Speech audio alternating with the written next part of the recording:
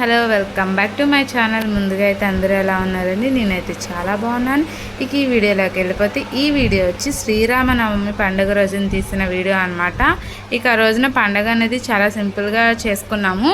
నైవేద్యాలు అనేది అంతగా పెద్దగా ఏం ప్రిపేర్ చేయలేదు. శ్రీరామనవమి రోజున ఎక్కువ నైవేద్యాలు అంటే ప్రత్యేకంగా స్వామివారికి సలివిడి, వడపప్పు, అలాగే పానకమే కదా ఎక్కువ ప్రిపేర్ చేస్తారు. ఇక మేము కూడా అవే ప్రిపేర్ చేసుకున్నాము. ఇంకా పాలవి కూడా మేము పొంగించలేదు. మేము పూజ అదంతా చేసేసరికి మొదలు పెట్టేసరికి కొంచెం లేట్ అయిపోయింది.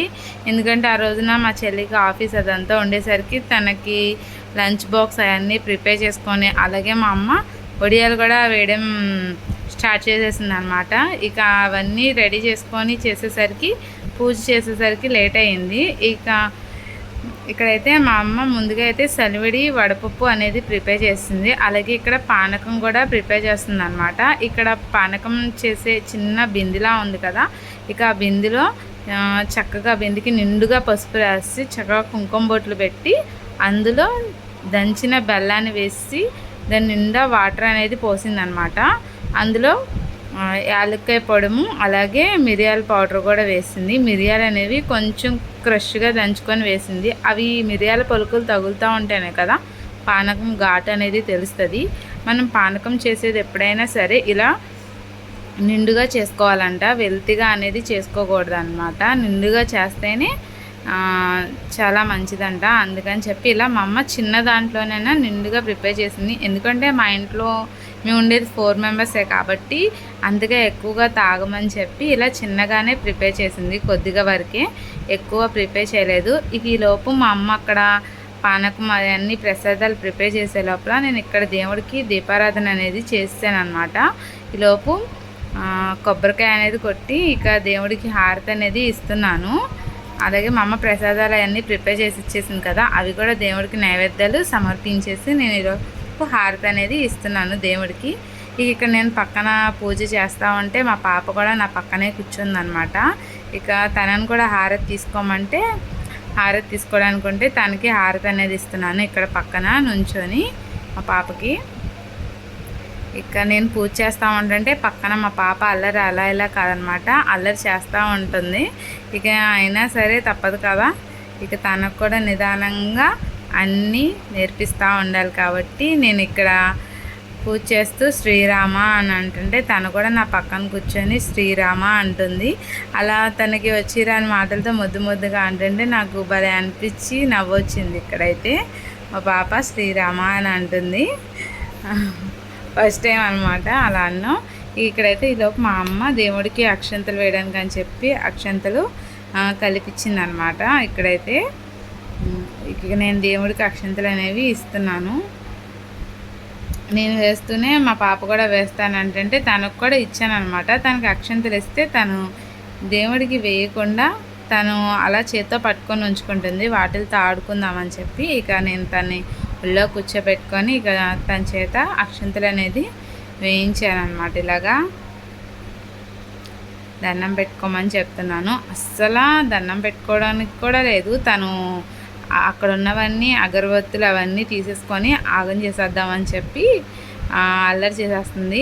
మీ పిల్లలు కూడా ఇంతేనా? పూజ చేసేటప్పుడు ఇలాగే విసిగిస్తారా?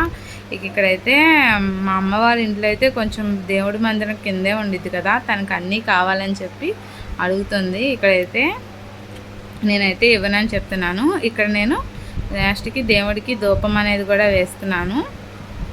ఎప్పుడైనా సాంబ్రాణి ధూపం వేస్తేనే పూజ చేసేటప్పుడు చాలా మంచి ఇదిగా అనిపిస్తుంది. మన ఇంట్లో పూజ చేసిన ఆ వైబ్స్ అనేవి కనిపిస్తాయి అన్నమాట. ఇక్కడైతే మా పూజ అనేది చాలా సింపుల్గా కంప్లీట్ అయిపోయింది పూజ చేయడం.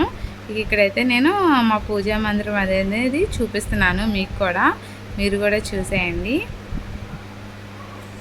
చాలా సింపుల్గా అంటే సింపుల్గా చేసుకున్నాం అనమాట పూజ అనేది. ఒక హడావిడి పడిపోకుండా, ఎక్కువ నైవేద్యాలు ఏం ప్రిపేర్ చేయకుండా చాలా సింపుల్గా అనేది నైవేద్యాలు అనేది ప్రిపేర్ చేసి ఇక్కడ పూజ అనేది చేసేసుకున్నాము. ఇక నేను ఇంట్లో పూజ చేసేటప్పుడు ఈలోపు మా అమ్మ బయట మాకు తులసమ్మ ఉంది కదా, అక్కడ కూడా మా అమ్మ దీపారాధన అనేది మా అమ్మ చేసింది బయటనైతే. ఈ 2 చోట్ల నేనే అంటే అవ్వదని చెప్పి ఈలోపు మా అమ్మ బయటనైతే చేసింది దీపారాధన. ఇక్కడైతే మా తులసమ్మ అనమాట. చాలా బాగుంది కదా. ఇక గడపకి పసుపు కుంకుమ బొట్లు అనేది ఇవన్నీ అందరూ కామనే కాబట్టి రాసుకునేది.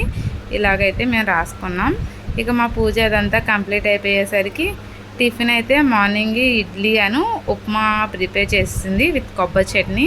ఇక నేను టిఫిన్ అదంతా తినేసి ఆ పాపకి రెడీ చేసి తను కూర్చోబెట్టి టీవీ పెట్టి ఇక మా అక్క వాళ్ళు గుడికి వెళ్దామా అని చెప్పి అంటే రామాలయానికి సరే వెళ్దాము అని చెప్పి వచ్చాము. నేను కూడా చాలా రోజులైంది మా పెళ్ళయ్యాక అసలు రాలేదు. ఇక ఇదే ఫస్ట్ టైం అనమాట మా పెళ్ళయ్యాక శ్రీరామనవమికి ఉండడం.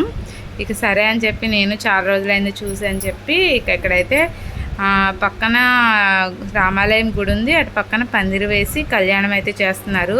కానీ కళ్యాణం చూడడానికి దగ్గర కుదరలేదు, చాలామంది జనం వచ్చేసారు కదా. అప్పటికి లేట్ అయిపోయింది, చెప్పాను కదా మేము పూజ చేసేటప్పుడు లేట్ అయింది. ఇంకా గుడికి వచ్చేసరికి అసలు ఆఫ్టర్నూన్ అయిపోయిందనమాట. మంచి ఎండలో అయితే వచ్చాము.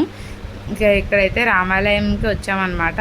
పక్కన రాముల వారు ఉన్నారు, అలాగే సాయిబాబా కూడా ఉన్నారు. ఇక దేవుణ్ణి అయితే దర్శనం చేసేసుకున్నాము గుళ్ళో, రాముల వారిని అలాగే సాయిబాబాని కూడా దర్శనం చేసుకొని కాసేపు అలాగా మందిరంలో కూర్చున్నాం అనమాట. ఇక్కడ ముత్తైదులు బొట్టు గంధం అవి రాస్తుంటే నేను కూడా దేవుడికి దండం పెట్టుకొని పెట్టించుకున్నాను, నాకు కూడా పెట్టారనమాట. అలా గుళ్ళోకి వెళ్ళినప్పుడు అలా పెట్టించుకుంటే చాలా మంచిది కదా, నాకు బాగా అనిపించింది అలా పెట్టించుకుంటే. ఇక్కడైతే మేము కాసేపు అలాగా దేవుడు సన్నిధిలో కూర్చొని ప్రశాంతంగా ఒక 5 నిమిషాలు ఇక తిరిగి ఇంటికైతే వచ్చేసాము. ఇక్కడ లాస్ట్లో వస్తుండగా మళ్ళీ ఇంకొకసారి వీడియో తీద్దాం, రాముల వారు ఏమన్నా కనపడతారేమోనని చెప్పి వీడియో తీశాను. అయితే కనిపించలేదన్నమాట, జనాలు చాలామంది అడ్డంగా ఉన్నారు. ఇక నేను ఈ వీడియోని కూడా ఇక్కడితో ఎండ్ చేస్తున్నాను. మీకు కానీ నా వీడియో నచ్చినట్టయితే please like and subscribe to my channel. ఓకేనండి, బాయ్. మళ్ళీ నెక్స్ట్ వీడియోలో కలుద్దాం. ప్లీజ్ అండి నా వీడియోని ఒక్క లైక్ చేయండి. మీరు ఇచ్చే లైక్ అనేది నా వీడియోస్కి సపోర్ట్ అవుతుంది, అలాగే ఫర్దర్గా ఫార్వర్డ్ అవుతుంది. ఓకేనండి, బాయ్.